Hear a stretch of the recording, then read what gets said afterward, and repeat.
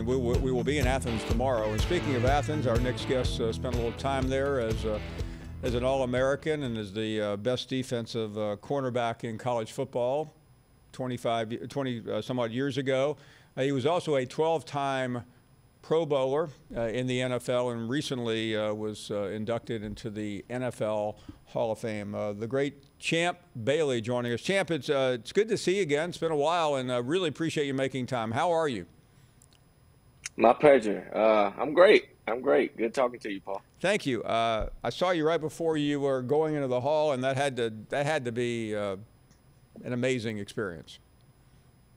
It really was. You know, I'm still on cloud nine. You know, it was a great experience. And, you know, on top of that, you know, as we probably going to prelude to, my dogs are winning, you know, so we kind of built that winning tradition again. So it's a really good time now to be a sports fan and to be a former dog and a former Bronco. You know, I want to go back to the late 90s because, I mean, not only were you, a standalone corner, but you did so many things. You were great on special teams, and you also, played a number of snaps offensively as a receiver. How did you? And you never dropped anything quite like you just dropped your phone there. Oh, good. How did you manage all that when you were at UGA? Well, honestly, I just love to play, and quite frankly, it was something I was used to in high school. I mean, I went to a small high school, so I did everything. I mean, I never left the field. I never knew what that felt like to play one specific position and excel at it. So when I got to college, Coach Donnan, he promised that he'd give me a shot to play multiple positions, and, you know, he didn't let me down. And speaking of Coach Donnan, we will see him tomorrow in Athens as well. I mean, it's absurd to ask you about the offensive side of the ball, considering you are regarded as literally one of the greatest cornerbacks in NFL history. But did you ever have an inkling to play a little bit more on the offensive side as you got to the NFL? Well, I did, and I was fortunate enough to play a few plays on offense. I have a few catches on my books, a rushing touchdown. So you know, I was a little productive. And, you know, I was fortunate enough to play for some coaches and that they gave me a shot. They believed in my ability. And, you know, they always told me if you lose one step at corner, there's no way that you're going to play offense. So I just made sure I took care of both. Well, you did quite well. So let me get to the obvious thing on everyone's mind right now, and they are the dogs. And I know how proud you are and every former player. So give me especially from a defensive standpoint, your assessment of what we are watching every week from this team. Well, I was able to see it up close and personal in Charlotte, first game of the year. You know, impressive win. I see them flying around making plays. I think the thing that, you know, sticks out to me now is there's so many of them. There's so many elite players.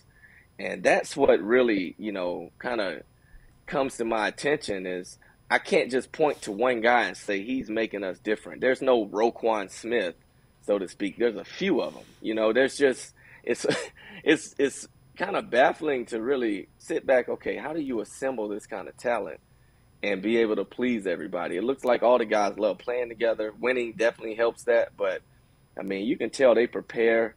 They go hard in practice. These guys are fighting for positions. I mean, so it shows up on Sundays or Saturdays, I should say. It's about to show up for many of these guys on Sundays, as you said. Right. Some have said that, you know, the offenses have not been great, that they've seen Clemson was limited. Certainly Arkansas was fairly one-dimensional. But it's hard to, when you look at the stats, I mean, we're now midway through the season, it's hard to really pay much attention to that because, I mean, nobody is getting anything on them. Yeah, nobody is. I mean, I think, to be honest, I think Kentucky will be our first big test. You know, they're coming in 6-0. I mean, it's rare that you see undefeated teams like this at an elite level at this time of the season. I mean, usually somebody's sitting on one loss. So, you know, it's it's funny to see how we've been able to be consistently good every week and dominate every week. So it is hard to get a measuring stick on how good they are. I mean, I just think you just let the wins speak for themselves and, just look back on a great year. I know they don't get caught up in the moment, and I'm not trying to either. It's just let's just deal with this process, take care of it week after week, and see where we stand at the end. Champ, when it comes to Georgia, and you played there, and you're a fan, and you're close to the program, you know where I'm going here. It's easy for others. We had an Alabama fan not long ago call in and talk about the inability to get over the hump. We all know it's been 40 years since a championship. I mean, if Coach called you in here to talk to the team, I doubt that would be your number one topic. But how does this team finally end all that and win a title? Well, not worry about the noise is one step, but don't worry about what we're talking about, right? Just focus on the job. I mean, that's the only way you win games. You put the time in. But I can tell you what, one thing I'm glad about is Jimbo Fisher beat Nick Saban. So if we ever get to that game, we don't have to worry about the disciple, beating the teacher. And, so we don't, there's nothing to worry, no pressure on Kirby there. So we took that pressure off. Yeah, there's this 40-year, long, streak of not winning the championship hanging over us, but I don't think these guys care. It doesn't seem like they do. They seem like a week-to-week team, and that's exactly what we need to have in order to win the big one. Thanks for watching ESPN on YouTube. For live streaming sports and premium content, subscribe to ESPN+.